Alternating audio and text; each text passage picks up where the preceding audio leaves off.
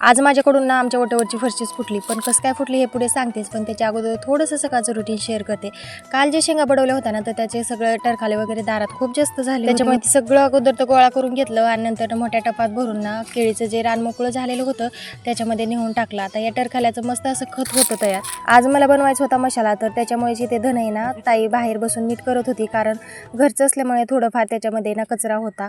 आणि मी घरामध्ये ना थोड्याशा पापड्या वगैरे तळून घेतल्या, कारण जेवण थोडंसं उशिरा करायचं होतं. जेव्हा मसाला होईल ना सगळा भाजून, त्यानंतर जेवण करूया म्हणलं. थोडंसं ताक शिल्लक होतं घरात, तर ते नेऊन ना नारळाच्या जे आळं असतं ना त्याच्यात नेऊन टाकलं, ज्याच्यामुळे खूप छान नारळ लागतात. तोपर्यंत इथे ताईने चूल पेटवली आणि त्याच्यावरती ना मसाल्याला जे काही टाकायचं आहे ना ते सगळे इथे भाजायला घेतलं तिने.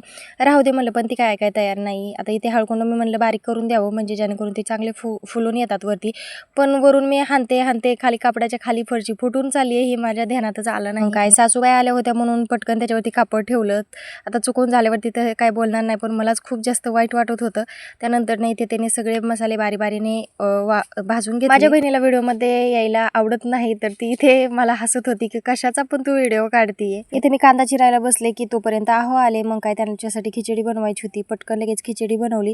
तोपर्यंत ताईने इथे राहिलेला कांदा कट करून घेतला. पहिला चिरलेला कांदा इथे भाजायला ठेवला तोपर्यंत चुलीवरती, आणि खूपच जास्त राडा झालता चुलीपाशी. काय अगोदर तर वट्यावरती ना जो राडा झालता ना ते सगळं झाडून वगैरे टाकलं, कारण इथे लगेच जेवण करायचं होतं. आणि ते म्हणलं जेवण करायला बसायच्या अगोदर कांदा आहे ना थोडासा तळायला ठेवून देऊया, कारण कांदा आहे ना ओला असल्यामुळे खूप वेळ लागतोय त्याला परतायला.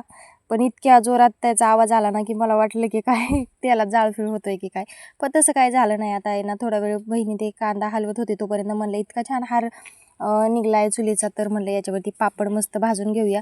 तर दोघीसाठी 2 पापड भाजले आणि मस्त आम्ही तिघींनी ते जेवण केलं. मसाल्यामध्ये जे काही टाकतो ना ते सगळं काही बहिणीने आज भाजून दिलं बरं का मला. आणि मिरच्या सुद्धा मी भाजते म्हणत होती, पण नको म्हणलं टाक्यावरती विनाकारण त्याच्यात ताण येईल म्हणून मिरच्या मी भाजल्या. पण इतक्या मिरच्या तिखट होत्या ना, खूपच जास्त ठसका उठला होता मिरच्या भाजताना. खरंच मम्मीची आठवण आली, ती जवळ असते तर मला कधीच तिने मिरच्या भाजू दिल्या नसत्या.